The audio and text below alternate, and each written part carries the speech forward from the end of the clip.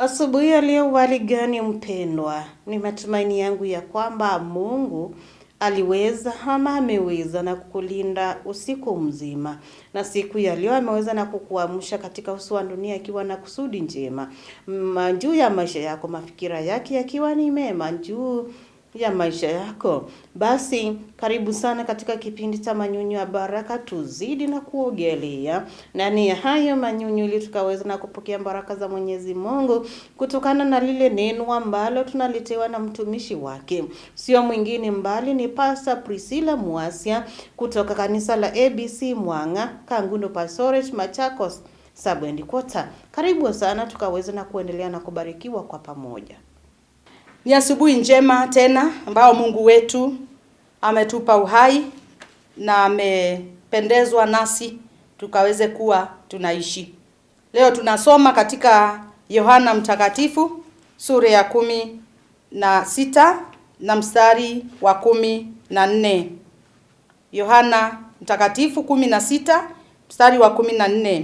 Yeye atanitukuza mimi kwa kuwa atatwaa katika yaliyo yangu na kuwapasha habari. Baba yetu wa mbinguni, Mungu ishie milele, unayetawala milele yote, tunakushukuru asubuhi ya leo kwa vile umekuwa Mungu wetu na umekuwa pamoja nasi. Neno lako ambalo liko mbele yetu, Baba wa rehema, naomba ukanene nasi, ukatusaidie na ukatuongoze kuelewa yaliyo mapenzi yako. Katika jina la Yesu tumeomba. Amina.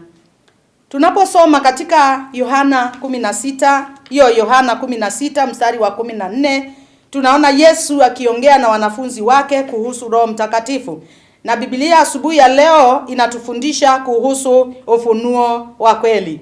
Huyu Roho Mtakatifu ambaye ndiye hutupa ufunuo wa kweli, yeye ni Mungu katika utatu wa Mungu. Na pia tunajua kwamba huyu Roho Mtakatifu anayetupatia ufunuo wa kweli katika maisha yetu ndiye msaidizi wetu. Maana Yesu aliahidi wanafunzi wake ya kwamba atakapoondoka atawapa msaidizi mwingine. Pia tunajua kwamba huyu Roho Mtakatifu ndiye mwalimu wa kweli katika maisha ya kila Mkristo wa kweli. Pia tunaona ya kwamba huyu Roho Mtakatifu ndiye kiongozi katika maisha ya kila mmoja. Na huyu Roho Mtakatifu ndiye hutuwezesha kujua na kutambua mapenzi ya Mungu katika maisha yetu. Yesu anawaambia wanafunzi wake ya kwamba atakapoondoka, huyu Roho Mtakatifu atakapowajilia, anawaambia kwamba huyu Roho Mtakatifu atamtukuza Yesu mwenyewe. Bwana Yesu asifiwe. Kwa hivyo kazi ya Roho Mtakatifu, atakuwa anamtukuza Yesu Kristo. Kwa hivyo Roho Mtakatifu anatupatia ufunuo wa kweli ili tukaweze kujua jinsi ya kumtukuza Yesu katika maisha yetu, jinsi ya kumtukuza Mungu katika maisha yetu. Hivyo tunaona ya kwamba Yesu Kristo alisema huyu Roho Mtakatifu kazi yake ya kwanza kwa wakati huo itakuwa ni kumtukuza Yesu. Kwa hivyo asubuhi ya leo, wacha Roho Mtakatifu wa Mungu atusaidie anapoingia katika mioyo yetu ili tukaweze kujua kule kutukuza ambao tunapaswa kumtukuza Mungu wetu. Maana kama Wakristo tunapaswa kumtukuza Mungu wetu katika maisha yetu. Na hayo tutapata tutakapopokea ufunuo wa kweli kutoka kwa Roho Mtakatifu wa Mungu. Pia tunaona ya kwamba Yesu aliwaambia kwamba huyu Roho atachukua mambo yake Yesu Kristo, na atakapoyachukua ataweza kuwafunulia yote. Kuna mambo mengi sana, mambo mazuri ambayo yako katika Yesu Kristo, mambo ambayo ni ajabu ambayo yako katika Yesu Kristo, na hayo mambo tunaweza kuyatambua wakati tu Roho wa Mungu ataweza kuyafunua kwetu na ataweza kuyaleta kwetu.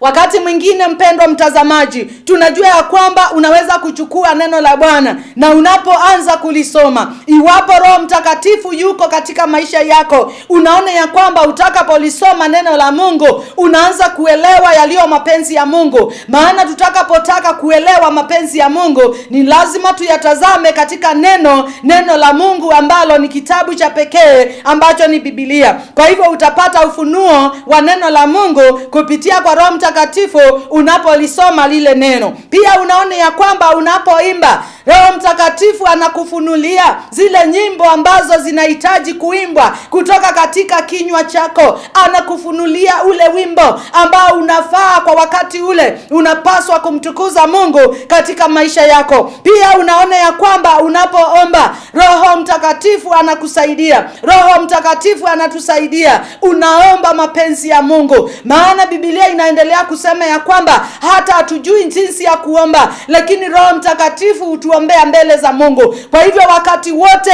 Roho Mtakatifu anatufunulia jinsi ya kuomba mbele za Mungu. Maana hata hatujui jinsi tunavyopaswa kutamka, na yale mahitaji ambayo tuko nayo hatujui jinsi ya kuyaleta mbele za Mungu. Lakini kwa sababu Roho Mtakatifu yuko, anatupatia ufunuo, anatusaidia kuelewa jinsi vile tunavyopaswa kuomba mbele za Mungu. Na tunapoomba tunajua kwamba maombi yetu hujibiwa. Pia tunapoingia katika kanisa kama Wakristo, unajua Mungu wetu anatupatia ufunuo kupitia kwa Roho wake Mtakatifu jinsi unavyopaswa kutumika. Kama ni katika matoleo, Roho wa Mungu anakusaidia kuelewa utatoa nini na utatoa lini. Hata pia anakusaidia kuelewa ni huduma gani unapaswa kutumika nayo katika kanisa. Huo ni ufunuo ambao tunapokea kutoka kwa Roho Mtakatifu. Hata wakati mwingine unapojiangalia katika maisha yako, wakati mwingine huenda umemkosea Mungu, Roho Mtakatifu hutusaidia, anatufunulia ile dhambi ambayo tumetenda, na anatupa uwezo wa kutubu ile dhambi. Na tunapotubu tunaona ya kwamba Roho Mtakatifu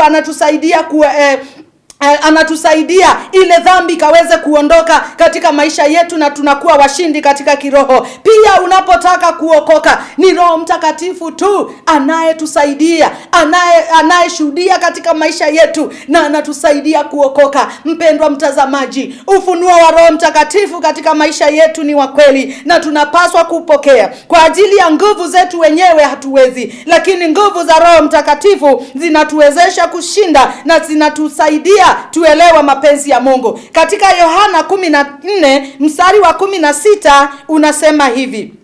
Yohana 14 mstari wa 16 unasema hivi, mkiomba neno lolote kwa jina langu nitalifanya.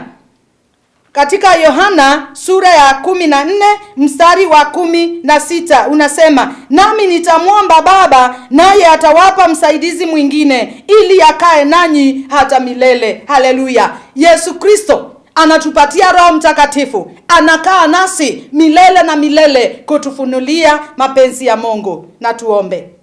Baba yetu Mungu ishie milele, Mungu unayepeana ufunuo wa kweli katika maisha yetu tunapotaka kukutumikia, naomba Mungu wetu wa mbinguni tusaidie na utufunulie Baba yetu wa mbinguni. Tunapoomba Baba yetu tufunulie kujua mapenzi yako katika maombi yetu. Hata tunaposoma neno lako, tunapoimba, tunapoingia kanisani kutumika, Mungu wetu, naomba ukatufunulie tuweze kujua jinsi ya kutumika mbele zako. Maana Roho wako Mtakatifu ndiye msaidizi pekee ambao Biblia imesema ataishi nasi milele. Katika jina la Yesu nimeomba na kuamini. Amina. Kuna haja ya kuendelea na kumtegemea Roho Mtakatifu. Maana tukiishi bila Roho Mtakatifu, hakika hatutaweza na kuenda mbali.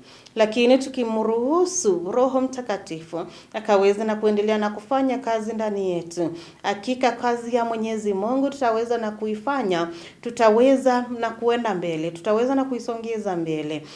Tukijua kwamba kuna yule Roho ambaye utusaidia, na wakati ambapo hata hiyo kazi inainuka inaenda mbele, tukumbuke kumtukuza Yesu Kristo, maana ni yeye ameturuhusu, maana ni yeye katubariki.